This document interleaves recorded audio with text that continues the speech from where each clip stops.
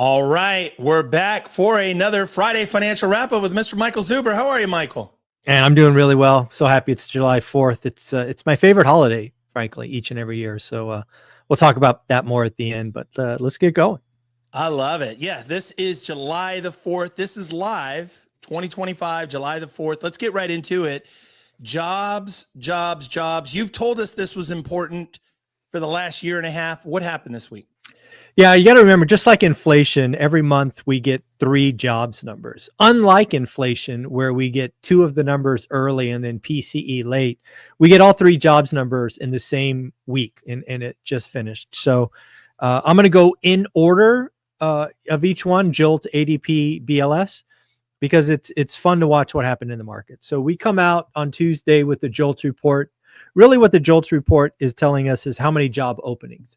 And job openings have been, in a one-way descent, right? They peaked at over 10.1 million. I think last month they were like 7.5 million, 7.4.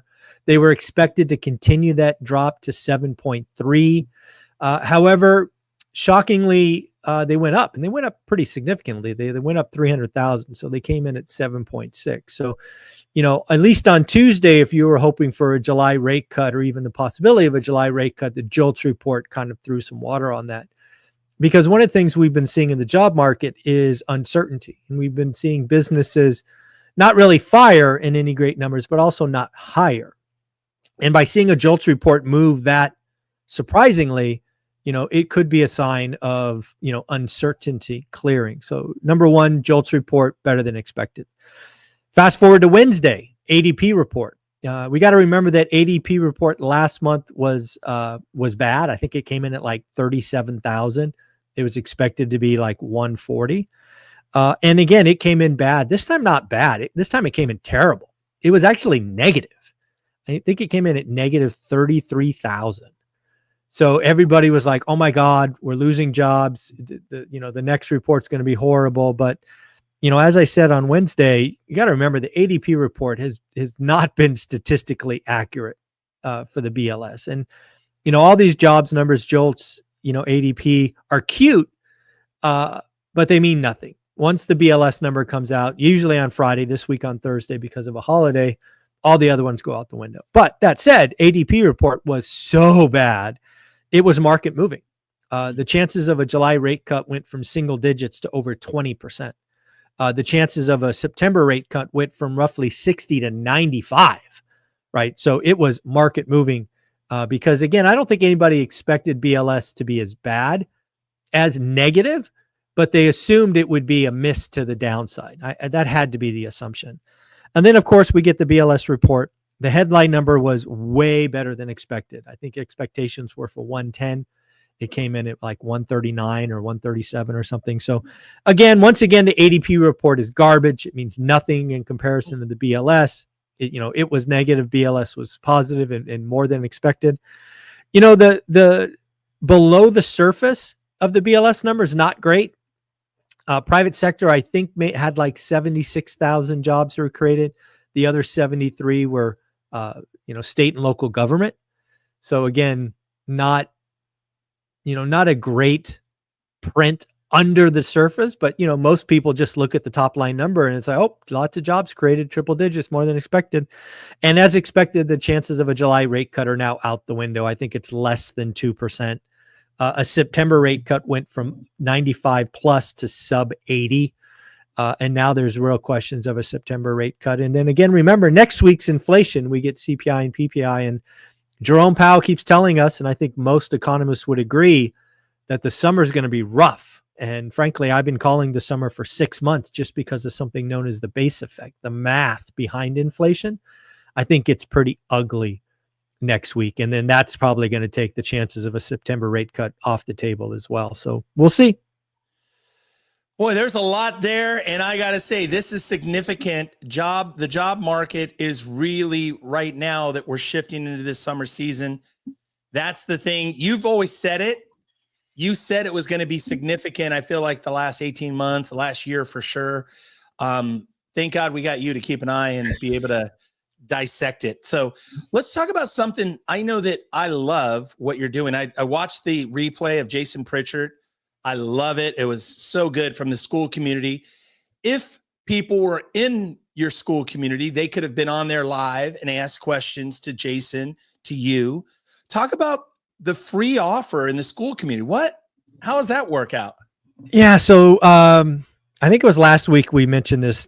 Financial firefighter Mark wanted to do something cool for the community, and he basically said, if you follow me on Instagram or YouTube, reach out, sign up for school, he's going to reimburse you. So he was willing to reimburse 20 people. That's like $400, right? And Mark's well on his way to getting 20 people to basically try school for free for the first month. And if you like it, stay. If you don't, bounce. No hard feelings. But you get all these Sunday conversations, the education, thousands of dollars. But I think most importantly is you're now in a community of 400 plus wealth builders. I'm getting really comfortable with the idea that I'm building a community or monitoring a community of people who want to build wealth, who don't want to complain, who want to, be better. And the community is really starting to take off. So again, it's kind of try before you buy. But what really was cool is Mikey, Charles, and Carrie all said, we want to do the same thing. So now we're up to 40 people that can sign up for school. It's Independence Day today. Why not make it your financial Independence Day and join school? Be active. Give it a real 30-day trial. And if you don't like it, bounce.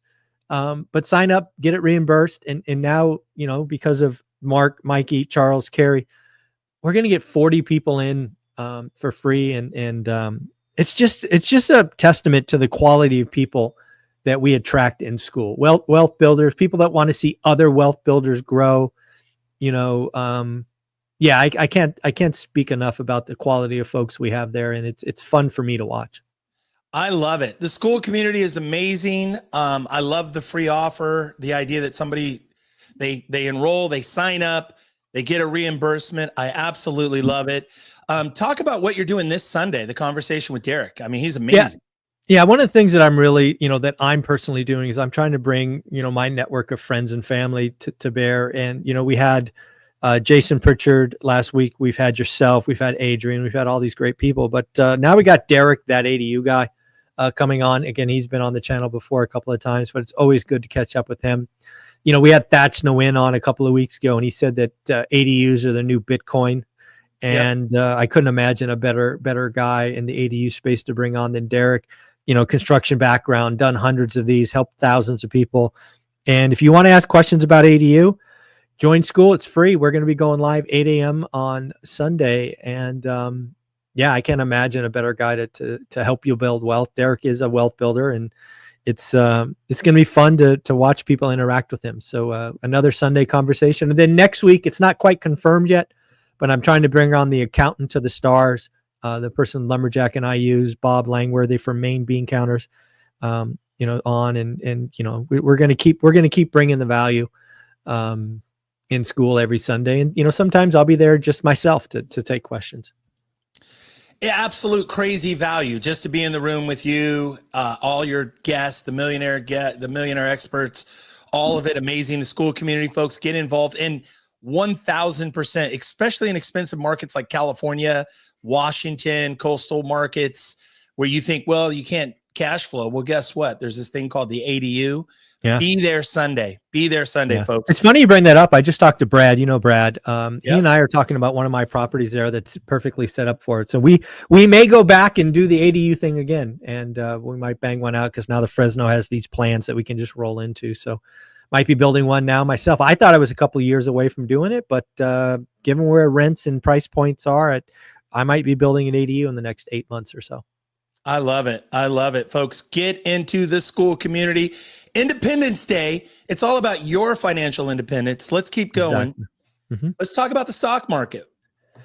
Well, again, one of the things that we have to remember is the stock market really took a hit after Liberation Day. It's now at record highs. That does a couple of things. There's this thing called wealth effect, that really can move forward. Also, it's about an uncertainty. I think a lot of people were kind of peak uncertainty, late, I don't know when it was, kind of late April-ish or whatever. Yeah. But uncertainty is clearing and kind of clearing quickly, right? It went from deep and dark and we don't see any light to, you know what, that light at the end of the tunnel is pretty close. And, I think we're going to continue to see uncertainty clear, right? We got the big, beautiful bill that just passed. More on that later. We got a deal with Vietnam, so they're starting to come. And I think once we get to July 9th, which is, 5 days away, we're going to see either a lot more deals or we'll see an extension. And again, as I called on January 20th, I think by July 20th, which is like 2 weeks away, Yep. it's going to start to be consistently clearer. And it'll be interesting to see how businesses react, because it's very clear consumers and businesses have pulled back. But if I'm right about uncertainty disappearing, could be interesting. Absolutely interesting. That is significant too, Michael. And that, just again, being on this show with you, the stock market seems to anticipate the certainty, right? It typically is already priced in when it's already happening. And the fact that you called it back in January, you said, man, this is going to be a wild ride. And even I'm like, yeah, I agree with you, but I didn't see like April, May, we're like talking about World War III and the whole entire US economy is crashing. The stock market's crashing. Nobody's. In fairness, I didn't see that either. I just knew. And I said it. I said the first 6 months are going to be chaos. I don't know where it's going to come from, but buckle up. Boy, I'm glad I got those receipts. Yeah, and it wasn't just uncertainty. You said chaos. I did. And it was full on chaos the first 6 months. Thank God we're on the other side. It's just so I can interpret what you said too just now. It feels as though with the stock market, it feels like we're moving toward a little bit more stable ground. And that's to be expected over the next 60, when uncertainty clears. And, we got the big, beautiful bill will probably be signed today. And, there are some pretty clear tax advantages in there. I think you're going to see capital start to move.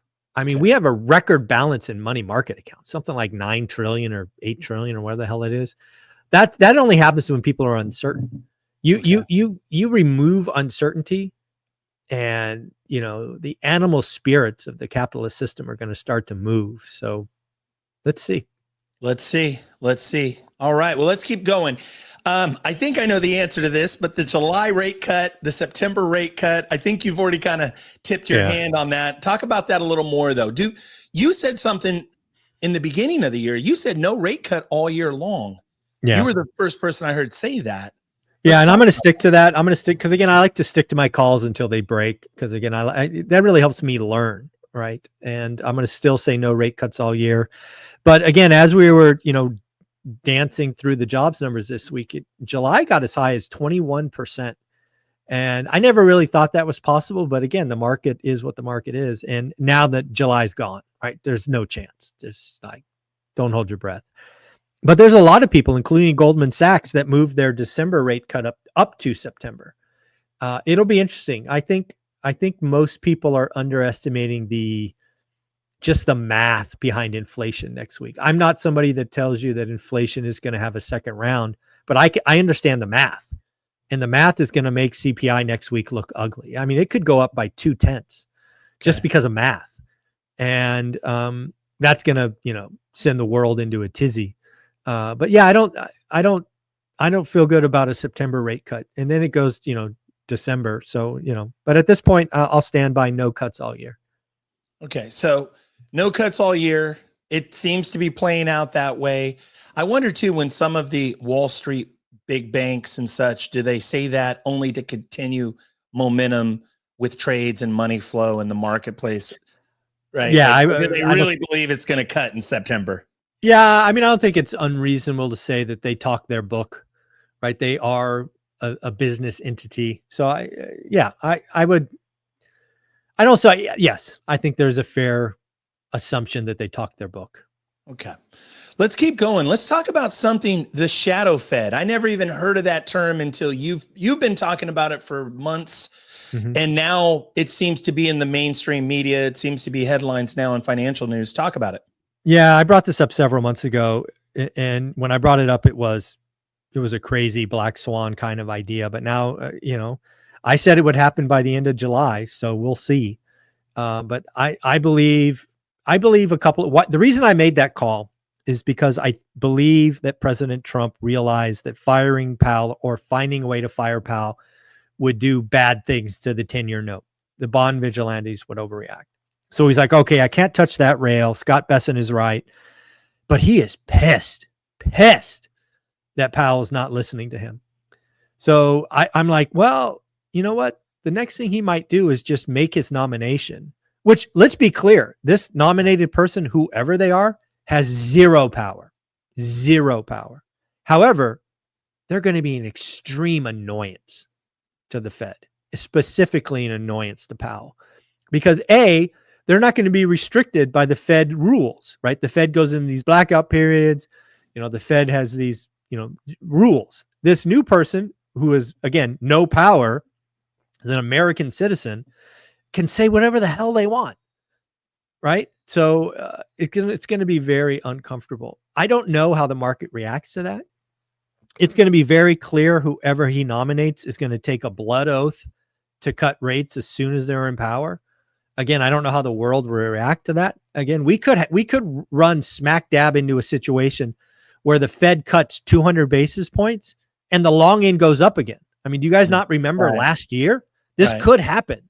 Right. So again, I don't know how this plays out, but I did see it coming. It was very Trump-like when I made that call.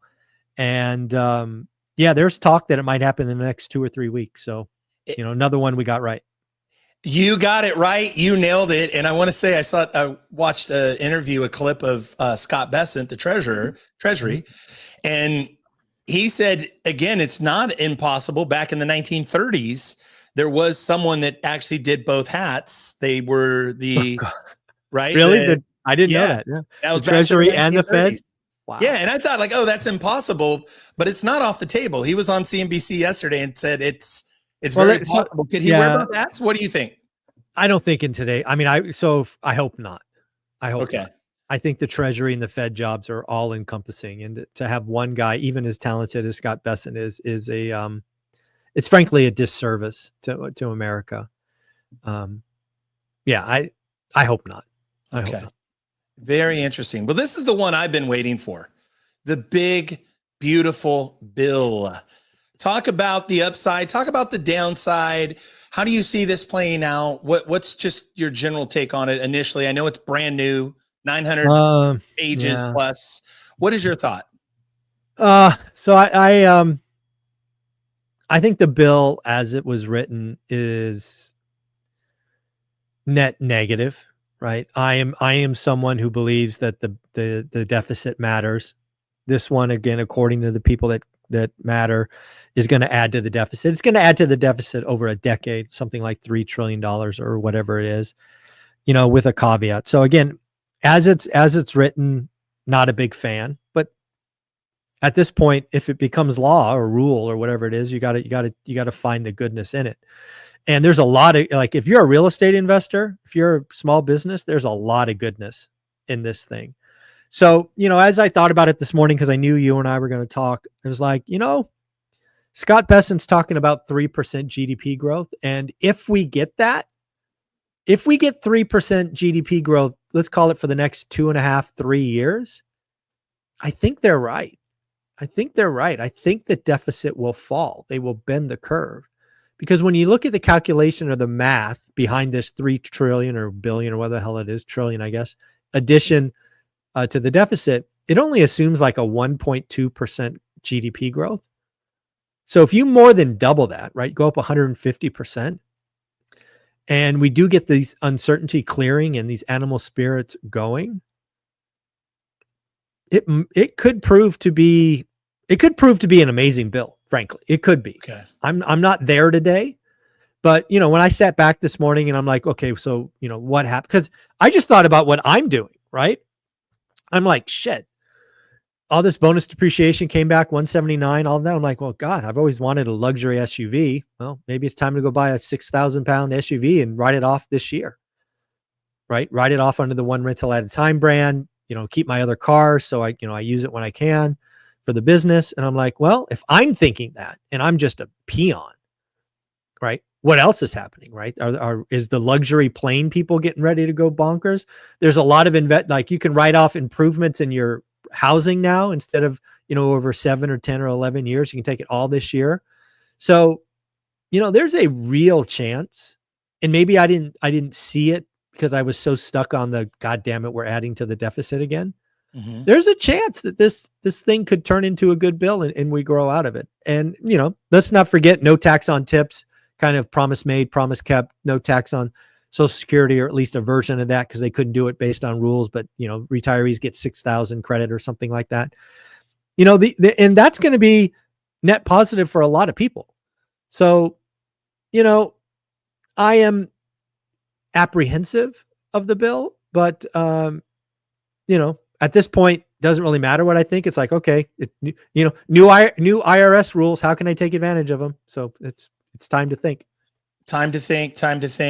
Just in terms of negatives, just in not 30 seconds of negatives. What do you like? I heard a big thing about Medicaid. I couldn't understand it. I tried to read it. I did too. Figure it out. What are some of the negatives in 30 seconds? Well, I think the negatives you hit on it appears, again, I haven't read the details on it. But it appears a lot of people are kicked off Medicaid. There's proof of work. I hear the other side that these are just illegals. I don't know. Okay. I don't know the details there, but you clearly have, and you have proof of work and you have these other things. But when you look at the kind of summary, I saw some people I consider in the middle saying that the lower income pays a little bit more, and the top 1% get a $300,000 tax credit because, they're really businesses. I'm like, that doesn't feel fair. But when you really look at who could move the needle on the economy and get GDP going, it is the 1%, right? If they're sitting on all this cash, not doing anything because they're uncertain, does this, do they go buy? Like I'm seriously thinking about buying a luxury SUV over 6,000 pounds to take advantage of that. I would not be thinking about that if this thing didn't get done. So, I mean, I'm just one guy. G Wagon or Range Rover, or what is it? Probably a G Wagon. Yeah. Okay. That's what I thought. I was feeling G Wagon. We've never talked about that. That's interesting. Okay. A purple G Wagon, folks. Here it comes. I might get it wrapped. Yeah. I might put purple on it, put ORaaT on the license plate. Yeah. Yeah. Heck yeah. Heck yeah. Let's get it. I love it. Let's keep going. Let's talk about September housing call. How do you see the market playing out? What do you see in housing? Yeah. So again, I made a housing call in September that in September 25, existing home sales is going to beat September 24 and September 23. And it's going to mark, August will mark the bottom.